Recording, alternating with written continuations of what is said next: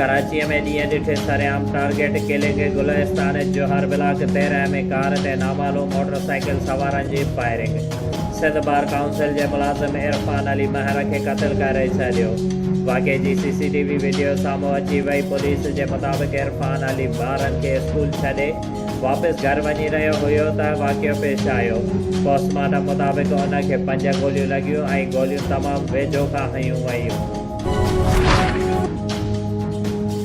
गुमशुदा माण्हुनि जी ज़िम्मेवारी वज़ीर आज़म ऐं काबीना मेंबरनि ते ईंदी आहे। रियासत जे बजाय मुआवज़े जी रक़म छो न वज़ीर आज़म ऐं काबीना मेंबर अदा कनि त जीअं उहो मामिलो ई हमेशह लाइ ख़तमु थी वञे। इस्लामाबाद हाई कोर्ट जे 3 सालनि खां लापता सहाफ़ी ऐं मुदस्सिर नारो बाज़ियाबी केस में रिमार्क्स।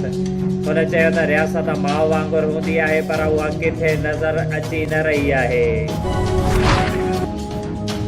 वैक्सीनेशन न कराइण वारनि खे मौक़े ते ई वैक्सीनेशन लॻाइण जो फ़ैसिलो। वैक्सीनेशन टीमूं पब्लिक प्लेस ते मौजूदु रहंदियूं ख़ुसूसी मुहिम अॼु खां ई शुरू कई वई।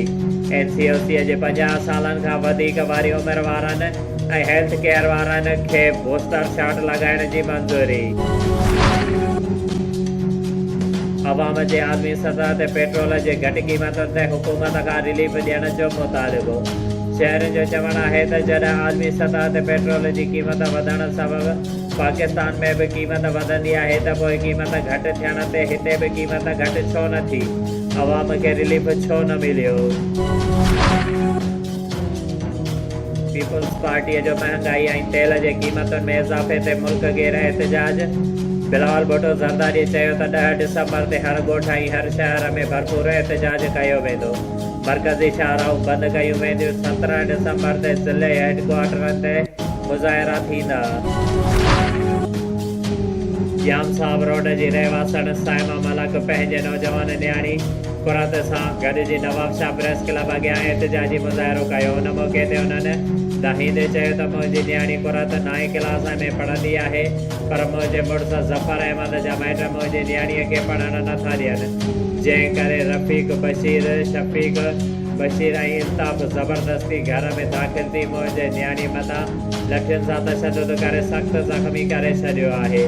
पुलिस वटि बि वियासीं पर पुलिस का बि मदद न कई। हुन चयो त मां पंहिंजी न्याणी कुरत खे पढ़ाइणु चाहियां थी पर कुझु माण्हू न्याणीअ खे पढ़ाइण में रुकावटूं विझी रहिया आहिनि। हुन चयो त असां ग़रीब मिसकिन आहियूं, उन्हनि ख़िलाफ़ कार्रवाई कई वञे त जीअं मां पंहिंजी न्याणीअ खे पढ़ाए सघां। कमिश्नर शहीद बेनज़ीराबाद डिवीज़न सैयद मोहसिन अली शाह चयो आहे त पंहिंजे फ़र्ज़नि जी दुरुस्त अदायगी न करणु पिणु करप्शन में शामिल आहे।